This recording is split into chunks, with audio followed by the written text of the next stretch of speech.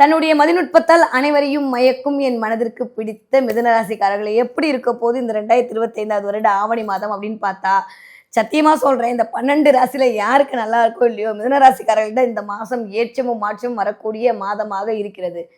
போன தடவை நான் சொன்னேன் 15ஆம் தேதிக்கு அப்புறம் நல்லா இருக்கு. நிறைய பேர் கமெண்ட் போட்டீங்க. ஆனா நிறைய பேர் அப்புறம் வந்து ஆமா ஆமா நல்லா ஆயிடுச்சுன்னு சொன்னீங்க. சொன்னா ஒத்துக்கணும். ரொம்ப நாளுக்கு அப்புறம் யாருக்கு பலன் சொல்றதுல சந்தோஷமா இல்லையோ, இந்த தடவை மிதுனராசிக்காரர்களுக்கு ஆத்மார்த்தமா சந்தோஷமா இருக்கு.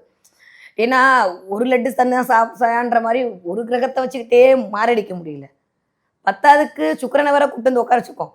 ஏற்கனவே தலைக்கு மேல குரு, பத்தாவதுக்கு 12ஆம் வீட்டு அதிபதி வேற வந்து உட்காந்துட்டு ஒரு மாதிரி டிஸ்டர்பன்ஸ்லாம் பண்ணிட்டு இருந்தாலுமே, ராசிநாதன் 2ஆம் இடத்தில் அமர்ந்ததை தாண்டி மிகப்பெரிய வலு வேற எதுவுமே கிடையாது.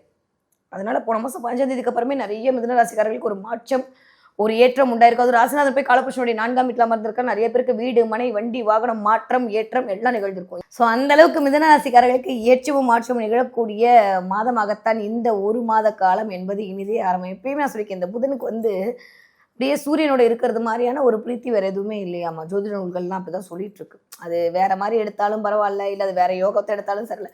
இருந்தாலும் புத ஆதித்ய யோகம்லாம் வந்து அதை சொல்லுவோம். சூரியனோட புதன் சிறந்தது அப்படிலாம் பார்த்தா நிறைய இடத்துல அது உள்வட்ட கிரகம், நிறைய இடத்துல வந்து புதாதித்ய யோகத்துல தான் புதன் இருப்பார்.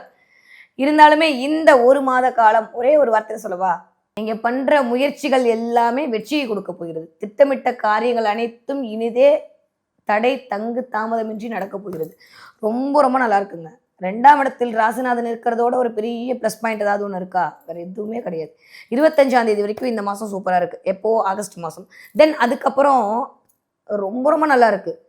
செப்டம்பர் மாதம் 12ஆம் தேதியை ஒட்டி, ஏன்னா இப்போ நம்ம வந்து தமிழ் மாத பலன் பார்த்துட்டு இருக்கோம் இல்லையா? ஸோ ஆவணி மாத பலன்கள் எப்படி என்பது ஆகஸ்ட் 16லேருந்து செப்டம்பர் 17 வரைக்கும் இருக்கக்கூடிய அந்த காலகட்டத்தை நம்ம பார்த்துட்டு இருக்கோம். கிளியர்? ஸோ அந்த மாதிரி செப்டம்பர் 12ஆம் தேதிக்கு அப்புறம் இன்னுமே சூப்பராக இருக்கும்.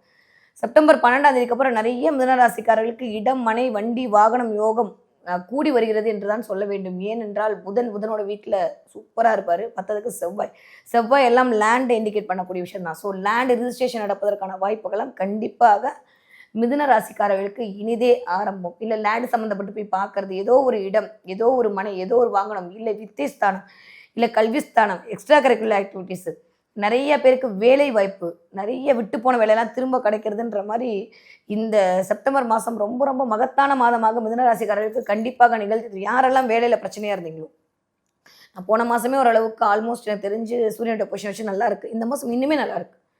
ஸோ யாரெல்லாம் வேலைன்ற இடத்துல பிரச்சனை சந்திச்சுட்டு இருக்கீங்களோ அத்துணை மிதுன ராசிக்காரர்களுக்கும் மிகச்சரியான ராஜயோக காலகட்டம் இந்த மாதம் நவம்பர் 7ஆம் தேதி வரைக்கும் ரொம்ப நல்லா இருக்கு. சனி வக்ர கதிக்கு போயிட்டாரு. நல்ல ஒரு நிகழ்வுகள்லாம் உங்களை நோக்கி நடப்பதற்கான வாய்ப்புகள் இனிதே ஆரம்பம்.